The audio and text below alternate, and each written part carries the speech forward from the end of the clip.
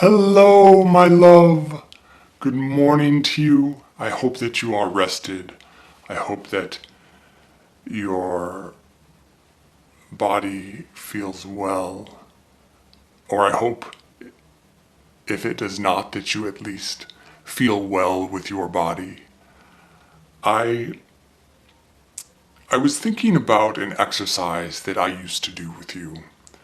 And this was something I would do when you were worried about a potential outcome. And it is an exercise in turn that I had done with myself. But it is a corollary to sort of the why question, of asking why. But the question in this scenario to ask yourself is, what will happen then? And you keep asking that over and over. What will happen then? And then you formulate an answer. You go, okay, well, what will happen then? And you formulate the next answer. You go, okay, and what will happen then? And you continue it down the strain or down the line until you realize that ultimately what will happen is that you will not die. Your life will not end. And in almost all scenarios, you will go on and persevere rather well, at a minimum having learned something. But it's a trick to sort of put your mind in perspective as to what is at stake. And so, as an example, if I were going to go be friends, or I had a project at work or something and I was worried about it,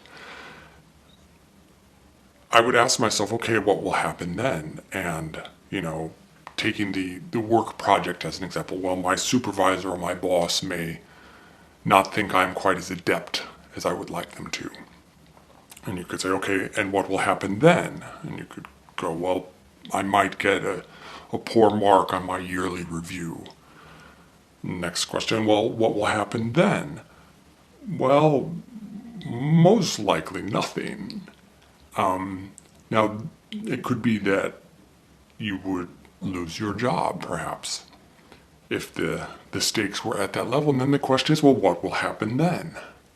Well, I would have to find another job. And you continue it down to realize that the things that might happen, even losing one's job, are not insurmountable. And very rarely do they even involve losing one's job, but it's this idea to realize that the stakes just aren't that high. And to ask yourself, to work down the chain, what would happen then? Because we often focus on the immediate or near immediate result, which is I would do poorly in scenario Y. But we don't look at the repercussions of that down the line and realize that those repercussions are rarely as extreme as we sort of make them out to be. So, what would happen then is the question. And I encourage you, to the extent you might find this useful, to ask that of yourself in succession and succession down the line when you find that you are worried about a potential outcome or scenario, just to gain a little bit of perspective. So, I will recommend, again, that you check out the music of Ezra Furman. Both the old stuff, well, I run into that time problem again. The old stuff to me, as well as the new stuff.